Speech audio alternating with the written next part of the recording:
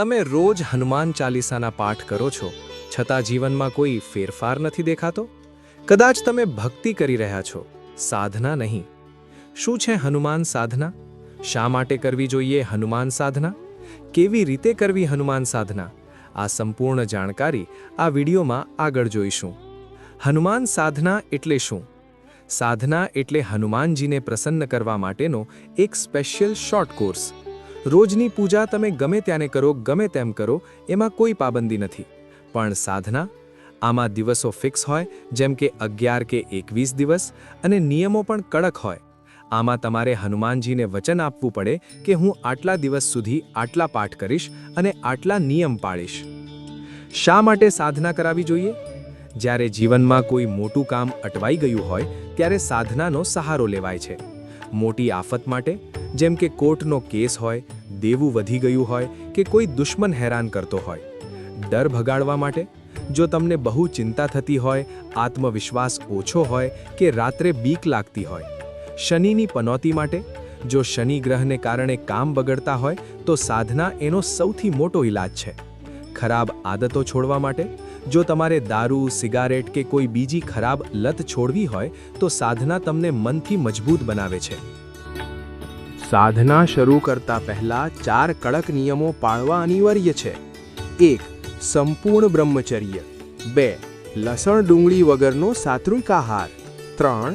જમીન પર શયન. અને 4. એક જ સમય અને એક જ સ્થળ. આ નિયમોમાં સહેજ પણ ભૂલ તમારી સાધનાની ઊર્જાને ખંડિત કરી શકે છે. કેવી રીતે કરવી હનુમાન સાધના? ક્યારે ચાલુ કરવું? અંજવાણ્યાના એટલે કે શુક્લ પક્ષના કોઈ પણ મંગળવાર કે શનિવારથી શ્રી ગણેશ કરવા. ક્યાં સમયે કરાવી સાધના? સૌથી પાવરફુલ ટાઈમ એટલે બ્રહ્મ મુહૂર્ત, સવારે 4 થી 6 અથવા મોડી રાત્રે 10 વાગ્યા પછી.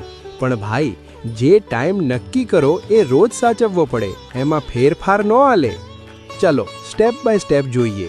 સૌથી પહેલા એક લાકડાનો બાજટ એટલે કે પાટલો લઈ એના પર મસ્ત લાલ કોરું લુગડું પાથરવું. હાવ ચોખ્ખો અને શાંત ખૂણો પકડવો. તમારું મોઢું પૂર્વ એટલે કે જ્ઞાન માટે અથવા ઉત્તર એટલે કે આધ્યાત્મિક ઉન્નતિ માટે રાખવું. અને હનુમાનજી મહારાજ શાંતિથી બેઠા હોય અથવા વીર મુદ્રામાં હોય એવી છબી કે મૂર્તિ લાલ કપડા પર રાખવી. હવે ચમેલીના તેલનો દીવો કરવો, પણ જો ન મળે તો ગાયનું ચોખ્ખું ઘી વાપરવું. જ્યાં સુધી તમારી માળા હાલે ત્યાં સુધી દીવો બળતો રહેવો જોઈએ. અને એક તાંબાના લોટામાં ચોખ્ખું પાણી ભરીને બાપાની પડખે મેલી દેવું. હવે પૂજા કેમ કરવી?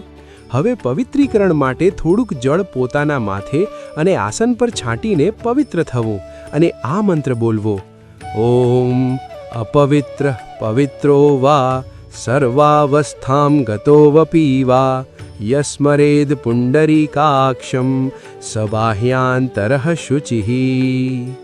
હવે જમણી હથેળીમાં થોડું પાણી લઈ 3 વાર પીવું, આંતરિક પવિત્રતા માટે. પછી હાથમાં જળ, ચોખા અને ફૂલ લઈને મન મક્કમ કરીને બોલવું કે મારું નામ, તમારું નામ છે, હું તમારા કામ માટે આ 11, 21 કે 40 દીની સાધના કરું છું. બાપા, મને બળ આપજો. પછી પાણી જમીન પર મૂકી દેવું. પહેલા ગણેશ દાદાને પગે લાગવું, ઓમ ગંગ ગણપતયે નમઃ. પછી હનુમાનજીના પ્રાણ પ્યારા રામ રામ નામનો 2 મિનિટ જાપ કરવો.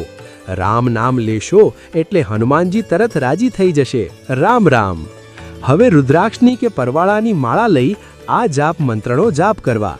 રક્ષણ માટે ઓમ હં હનુમતે નમઃ. સફળતા માટે ઓમ શ્રી હનુમતે નમઃ.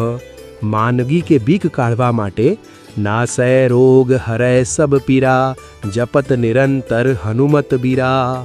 બધા કામ સિદ્ધ કરવા માટે ઓમ નમો હનુમતે રુદ્રાવતારાય સર્વશત્રુ સંહારણાય સર્વરોગહરાય સર્વવશીકરણાય રામદૂતાય સ્વાહા. કેટલી વાર? રોજની ઓછામાં ઓછી 11 માળા કરવી અથવા હનુમાન ચાલીસાના 7, 11 કે 21 પાઠ કરવા. હનુમાન ચાલીસાના 1, 7 કે 11 પાઠ કરવા. જો બહુ મોટી તકલીફ હોય તો બજરંગ બાણના પાઠ કરી શકાય. ગોળ અને ચણાનો અને તુલસીના પાનનો ભોગ ધરાવવો. કપૂર સળગાવીને બાપાની મસ્ત આરતી ઉતારવી અને હાથ જોડીને કહેવું કે બાપા, અજાણતા કોઈ ભૂલ થઈ હોય તો માફ કરજો અને ધરાવેલો પ્રસાદ બધાને વહેંચવો અને પોતે પણ લેવો. સાધના પૂરી થાય ત્યારે છેલ્લા દિવસે બને તો નાનો એવો હવન કરવો. મંદિરે જઈને બાપાને સિંદૂર અને ચમેલીનું તેલ ચઢાવવું. ગરીબ માણસોને અથવા નાના ભૂલકાઓને જમાડી દેવા.